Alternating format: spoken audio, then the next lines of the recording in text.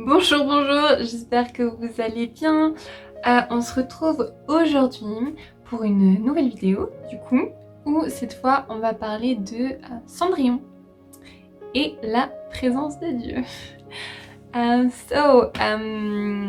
peut paraître super antinomique et ça l'est un peu.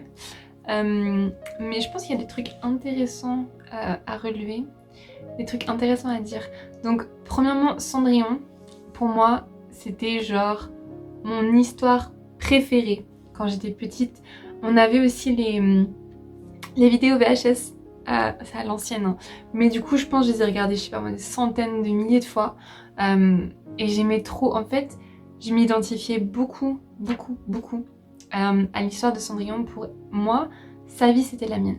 Et j'attendais qu'un prince vienne me délivrer, vienne me sortir de ça, en fait.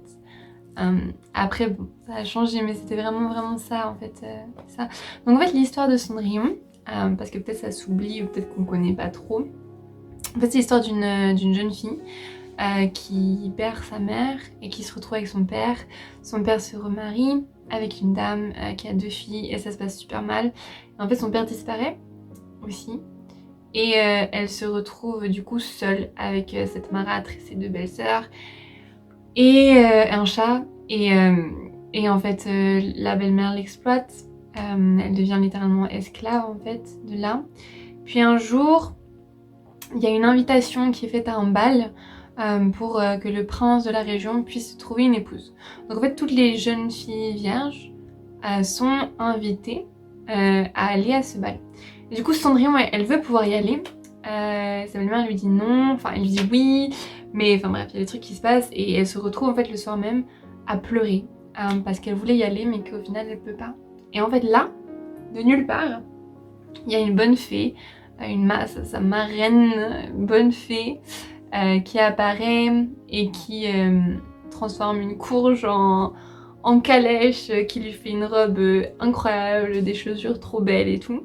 Mais elle lui dit, par contre, ça va s'arrêter à minuit. Donc à minuit, tout va redevenir comme avant. Donc elle va au bal, elle croise le prince tombe sous son charme. Elle tombe sous son charme, il danse, blablabla.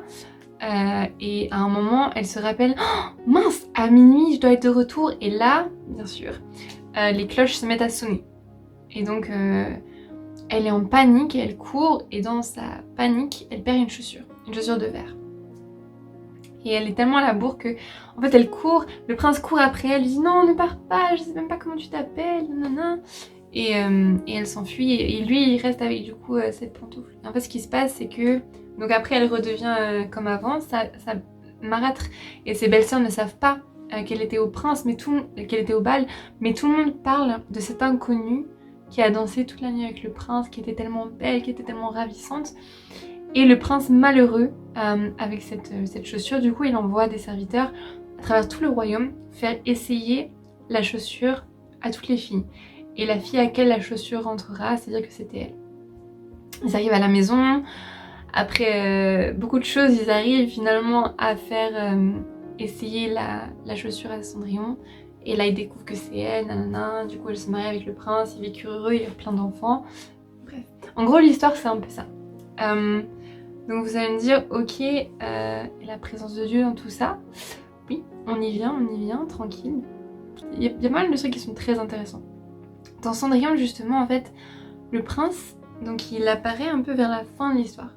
Il en sait rien de qui est Cendrillon. Il l'aime beaucoup, mais il sait pas du tout qui c'est. Donc bien sûr, c'est lui qui va la sortir de la situation, du contexte dans lequel elle se trouve, qui va la faire passer d'esclave à princesse. Qui va la faire passer de la situation d'exploiter à bien-aimée, bien sûr, mais il sait pas du tout qui elle est au début. Il tombe sous son charme, alors qu'elle vient vers lui avec une apparence incroyable et super belle. Il la voit pas dans sa vie de tous les jours, il la voit pas dans ses galères, il la voit pas quand ça va mal, il la voit que quand elle est dans un bon état. Et puis, la transformation que la bonne fée lui donne, en fait, elle est temporaire. À minuit, tout s'arrête. La chaussure est restée, mais tout le reste, à minuit, ça s'arrête. Donc c'est une transformation, quelque chose de rapide, quelque chose de magnifique, oui, mais quelque chose de totalement temporaire en fait. Et il y a une grande différence entre ce prince-là et le prince dont j'aimerais parler maintenant. Avant d'aller plus loin, j'aimerais qu'on prenne une parole dans la Bible qui se trouve dans le livre de Colossiens. Donc c'est une lettre de Paul à l'église de Colosse. On va prendre le chapitre 1, le verset 13 à 14. Je sais qu'on a déjà lu plusieurs fois ce verset dans d'autres vidéos, mais c'est pas grave, c'est trop magnifique. Donc Colossiens chapitre 1, verset 13 à 14, qui nous dit ceci. Il nous a arrachés au pouvoir des ténèbres et nous a fait passer dans le royaume de son Fils bien-aimé. Étant unis à lui, nous sommes délivrés car nous avons reçu le pardon des péchés. Donc ça c'est ce que ça nous dit dans Colossiens 1, 13 à 14. Donc c'est assez incroyable, on change de royaume. Il nous fait passer du royaume des ténèbres au royaume de la lumière par Jésus-Christ. Et donc ce prince-là dont je veux parler, c'est Jésus-Christ. C'est Jésus-Christ qui m'a rencontré. Il était là, mais je l'ai rencontré un jour. Et quand je l'ai rencontré, tout a changé. Et tout a changé pas seulement de manière temporaire, mais c'est une transformation qui dure en fait. C'est une transformation qui dure en fait. Pour moi, il m'a fait passer d'une situation de grande tristesse, une situation d'un deuil que j'avais jamais réussi à faire, et m'a donné une joie, une paix, m'a donné son amour en fait. Il m'a pardonné de mes péchés, il m'a sorti des péchés dans lesquels je me trouvais, des choses mauvaises dans lesquelles j'étais, et il m'a amené à la lumière, il m'a amené à la vie, et c'est ça qu'il a fait pour moi, et c'est ça qu'il fait pour chaque personne qui le rencontre. Parce que Jésus, lui, il est là, il est présent en fait. Il était là, il est présent. La transformation qu'il opère, elle dure en fait. Et il y a une chanson que j'aime beaucoup de Peggy Polito, et ça s'appelle Mon prince charmant. Et en gros, les paroles elles disent j'ai trouvé mon prince charmant, pas celui des contes de fées, mais celui qui existe vraiment. Et je crois que Jésus-Christ, il est ce prince charmant. Il est plus que bien mieux que tous les autres princes charmants qui existent dans les contes de fées. Parce qu'il est vrai, il existe, il est réel. Et il veut rencontrer chacun d'entre nous. Et il n'est pas lointain, il n'est pas lointain, il n'est pas là juste quand tout va bien, il n'est pas là quand on a une apparence parfaite, quand on a compris comment la vie ça fonctionne, quand on a réglé nos problèmes. Non, il vient à nous quand on n'a rien compris, quand on est dans une situation qui est pas belle à voir, quand on se retrouve dans des moments qu'on n'aimerait pas forcément vivre. Bah Jésus aussi nous rencontre là, parce qu'il est là, présent. Et j'aimerais qu'on lise ce deuxième passage un petit peu plus long. C'est dans les psaumes, donc c'est dans l'Ancien Testament, c'est un psaume de David. On va lire, c'est le psaume 139, et on va lire les versets 7 à 12 qui nous disent ceci. Où pourrais-je aller loin de ton esprit? Où pourrais-je fuir hors de ta présence? Si je monte au ciel, tu es là. Et si je descends au séjour des morts, t'y voilà. Si j'emprunte les ailes de l'aube et que j'aille demeurer aux confins des mers, là aussi ta main me dirigera. Ton bras droit me tiendra. Et si je me dis, du moins les ténèbres m'envelopperont, alors la nuit même se change en lumière tout autour de moi.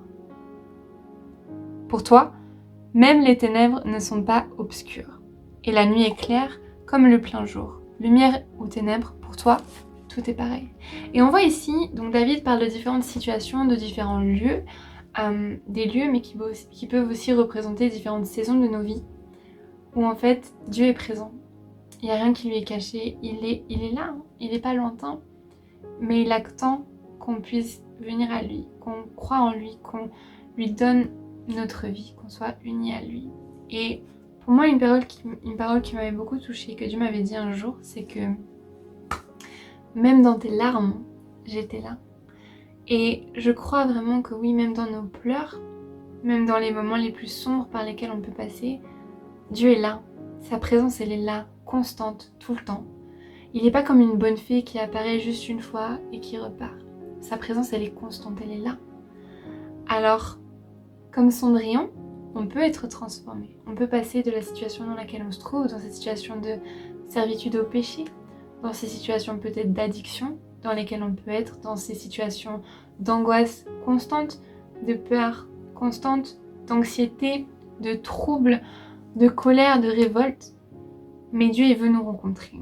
Il veut nous rencontrer. Jésus-Christ, il est venu sur terre mourir à la croix pour tes péchés, pour mes péchés, pour nous libérer de cette emprise de Satan sur nous, de nous libérer de cette emprise que le mal a sur nos vies, pour nous faire reconnecter avec Dieu, en fait. Et on peut le rencontrer, il peut changer notre vie, et on peut entamer la meilleure relation d'amour, la meilleure relation au monde, en fait, avec Dieu. Et ouais, c'était un peu ça que je voulais partager avec vous au travers de cette histoire de Cendrillon et de ce thème. Peut-être que ça fait un peu plus sens maintenant, je sais pas. En tout cas, pour moi, dans ma tête, ça fait sens. Mais n'hésitez pas à me dire vos pensées, du coup, en commentaire. N'hésitez pas non plus à partager la vidéo plus loin si ça vous a parlé. Et venez parler avec moi. Vous pouvez parler avec moi par Instagram ou mail. Il y a mes coordonnées qui s'affichent à un endroit quelque part ici. Je vous mettrai aussi le lien de la chanson de Peggy Polito parce que franchement, elle est stylée. Et puis, ouais, n'hésitez pas à vous abonner, liker la vidéo. Et si vous avez des suggestions de vidéos ou de contenu, j'aimerais bien éventuellement peut-être faire quelque chose par rapport aux Avengers bientôt. Et la Bible, est-ce qu'on peut en retirer par rapport au combat? À voir. En tout cas, si vous avez des autres idées, des questions, des choses que vous aimeriez peut-être dont on parle, ben n'hésitez pas. Voilà, soyez bénis et à tout bientôt.